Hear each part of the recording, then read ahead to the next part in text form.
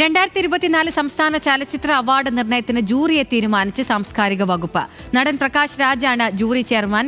രഞ്ജൻ പ്രമോദ്, ജിബു ജേക്കബ്, ഭാഗ്യലക്ഷ്മി, ഗായത്രി അശോകൻ, നിതിൻ ലൂക്കോസ്, സന്തോഷ് എച്ചിക്കാനം എന്നിവരാണ് മറ്റംഗങ്ങൾ. മഹേഷ് ചന്ദ്രനുണ്ട് വിവരങ്ങളുമായി. മഹേഷ്, അങ്ങനെ ജൂറിയെ തീരുമാനിച്ചിരിക്കുന്നു. ഇനി പ്രഖ്യാപനമൊക്കെ എപ്പോഴായിരിക്കും? എന്തൊക്കെയാണ് വിശദാംശങ്ങൾ? അഖില, 2024 സംസ്ഥാന ചലച്ചിത്ര അവാർഡ് നിർണ്ണയിച്ചു വേണ്ടിയുള്ള പ്രത്യേക ജൂറിയാണ് ഇപ്പോൾ തീരുമാനിച്ചിരിക്കുന്നത്. ജൂറി ചെയർമാൻ സംവിധായകനും നടനും നിർമ്മാതാവും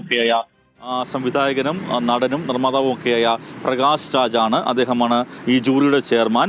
രഞ്ജൻ പ്രമോദ് ജൂറി അംഗമാണ്.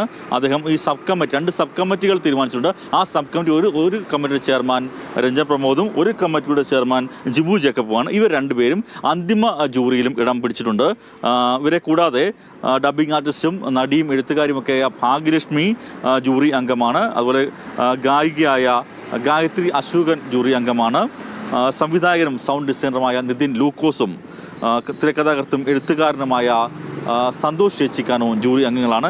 ഇത്തരത്തിൽ 7 പേരാണ് ജൂറി അംഗങ്ങളായി ഉണ്ടാവുക. അതുപോലെ രചനാ വിഭാഗത്തിൻ്റെ ചെയർമാൻ മധു ഇറമങ്കരയാണ്. അദ്ദേഹം ചലച്ചിത്ര നിരൂപകനും ഡോക്യുമെൻ്ററി സംവിധായകനുമൊക്കെയാണ്. അങ്ങനെ അധികം വൈകാതെ തന്നെ ഈ ചലച്ചിത്ര അവാർഡ് നിർണ്ണയത്തിന് വേണ്ടിയുള്ള സബ് കമ്മിറ്റികൾ പ്രാഥമികമായിട്ട് വിധി നിർണ്ണയം നടത്തും. അവർ സിനിമകൾ കാണും.